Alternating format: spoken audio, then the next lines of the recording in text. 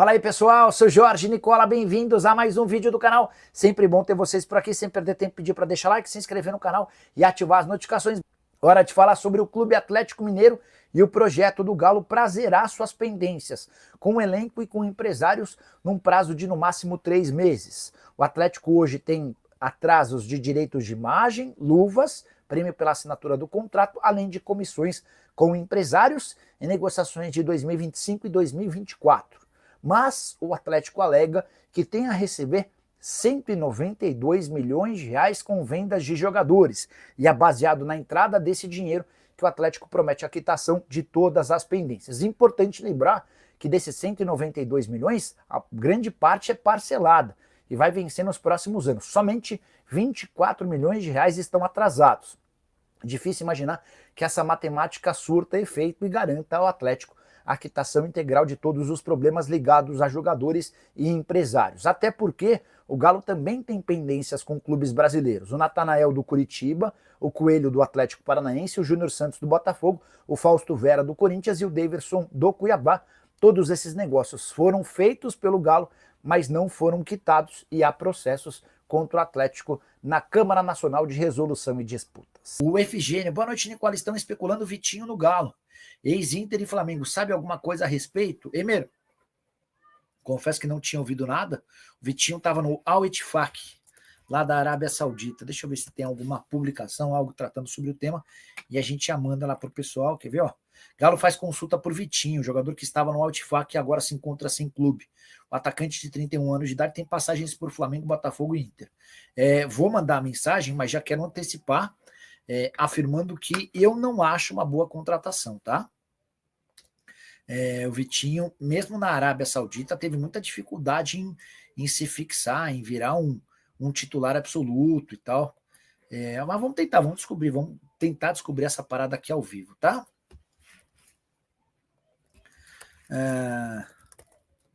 Tudo em ordem por aí?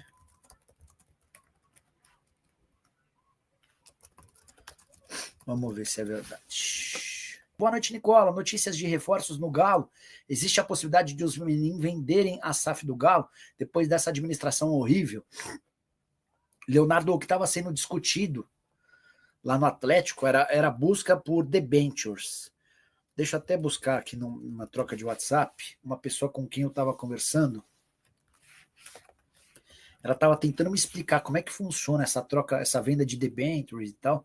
A ideia do Galo era conseguir no mercado 700 milhões de reais, que é um dinheiro, não vou dizer de pinga, mas é um dinheiro relativamente acessível para o Rubens Menin, para o Ricardo Guimarães, mas eles não, a impressão que se tem é de que eles não querem mais colocar dinheiro no clube. Então o Galo traçou essa estratégia e inclusive está contando com a ajuda de uma empresa especialista na busca e na negociação com parceiros comerciais para ver se viabilizava esse dinheiro, tá? Com a entrada da grana, o Atlético quitaria as dívidas emergenciais e as dívidas bancárias, que causam um enorme prejuízo, e alongaria o perfil da dívida do Galo. Pedrosa perguntando sobre Nico Lopes no Galo. Nico Lopes, que foi alvo do Fluminense, não houve acordo. Acho difícil que exista essa negociação. Nico ele pertence a um time mexicano e está emprestado ao Nacional. O Mind in Motion, Nicola, Arthur e Fred para o meio campo do Galo. O Arthur, o que é aquele da Juventus, completamente fora da realidade financeira. O Fred, que está na Turquia, também outro que não cabe. Hoje o Galo enfrenta enormes problemas financeiros. Tá? Boa noite, Nicola. Concordo que o Vitinho não é uma boa, mas o Carlos Vinícius seria alguma chance? Olha aí, concordo. Centroavante que já viveu bons e maus momentos no futebol europeu, está livre no mercado, eu gosto. 30 anos de idade, foi muito bem no futebol português. Por exemplo, o Arthur Cabral ou o Carlos Vinícius? Eu acho que o custo do Arthur Cabral demanda um risco muito grande. O Botafogo está falando em pagar 15 milhões de euros para comprá-lo do Benfica. 15 milhões de euros são 100 milhões de reais. Então você embute um valor muito alto para um cara de 27 anos de idade. O Carlos Vinícius é 3 anos mais velho. Se eu tivesse que fazer essa escolha, eu iria no Carlos Vinícius. Imagino que o pacote Carlos Vinícius vai custar no mínimo 1 milhão de reais por mês entre salários, direitos de imagem e luvas. Mandei no início da live uma mensagem para ele aqui, para o Flávio Ribeiro, que é empresário do Carlos Vinícius. Assim que tiver a resposta, já conto para vocês. O que o Flávio, na última vez que eu conversei, tinha dito é que Botafogo, Grêmio e São Paulo fizeram consulta. Sport e Vitória também consultaram, mas acabaram descartando por conta das cifras envolvidas, tá bom?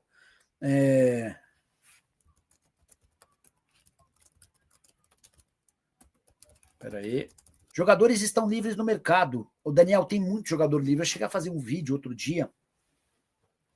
Alguns dos jogadores que eu citei já até se empregaram depois. Por exemplo, o Di Maria. O Di Maria acabou fechando com o Rosário Central, mas a lista continua bem interessante.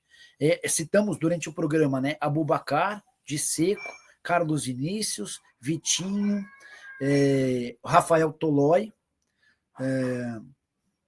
Quem mais, cara? Tem muito jogador disponível no mercado, bastante. Se você pesquisar e procurar, você consegue achar.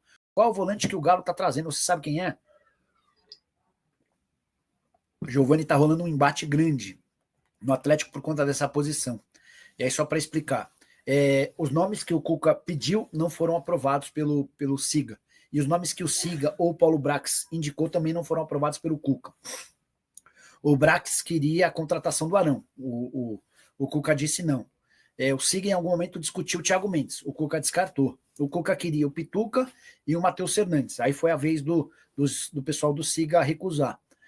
Enfim, em meio a esse caos e essa queda de braço, o Atlético está desperdiçando a oportunidade de contratar jogadores. O Jair tinha sido oferecido, recusado pelo Cuca, mas o Vasco optou pela permanência dele, tá bom? O Carlos Gualberto, boa noite, Nicola. Novidades no Galo, nem que seja para pagar as contas. Sobre as contas, o GE chegou a publicar uma matéria afirmando que o Atlético pretende quitar todas as suas pendências com o elenco e com empresários em 3 meses. Eu truco. E vou explicar o motivo da minha desconfiança. O Atlético hoje deve direitos de imagem, pouco tempo, coisa de 1 mês para os atletas. Luvas, prêmio pela assinatura do contrato para os jogadores e também comissões. Comissão é o valor que você paga para o empresário que intermediou o acordo. Tem comissões não pagas nesse ano e tem comissões não pagas no ano passado.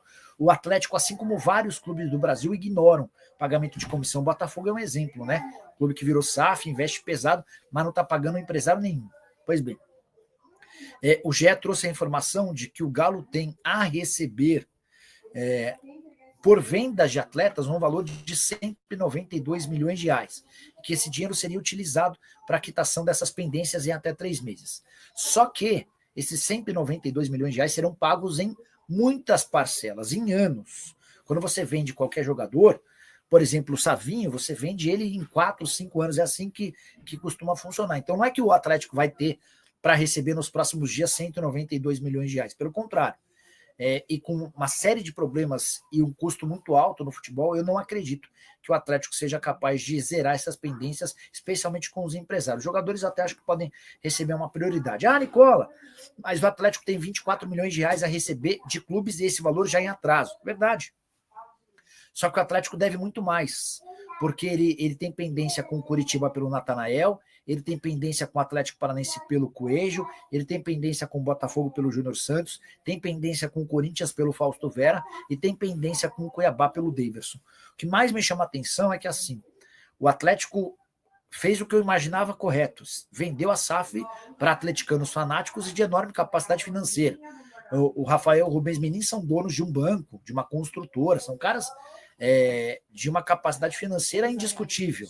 Tem ainda o Ricardo Guimarães, tem o cara do Banco Master, mas, cara, a percepção que a gente tem é de que esses caras não querem tirar dinheiro do próprio bolso para socorrer o clube.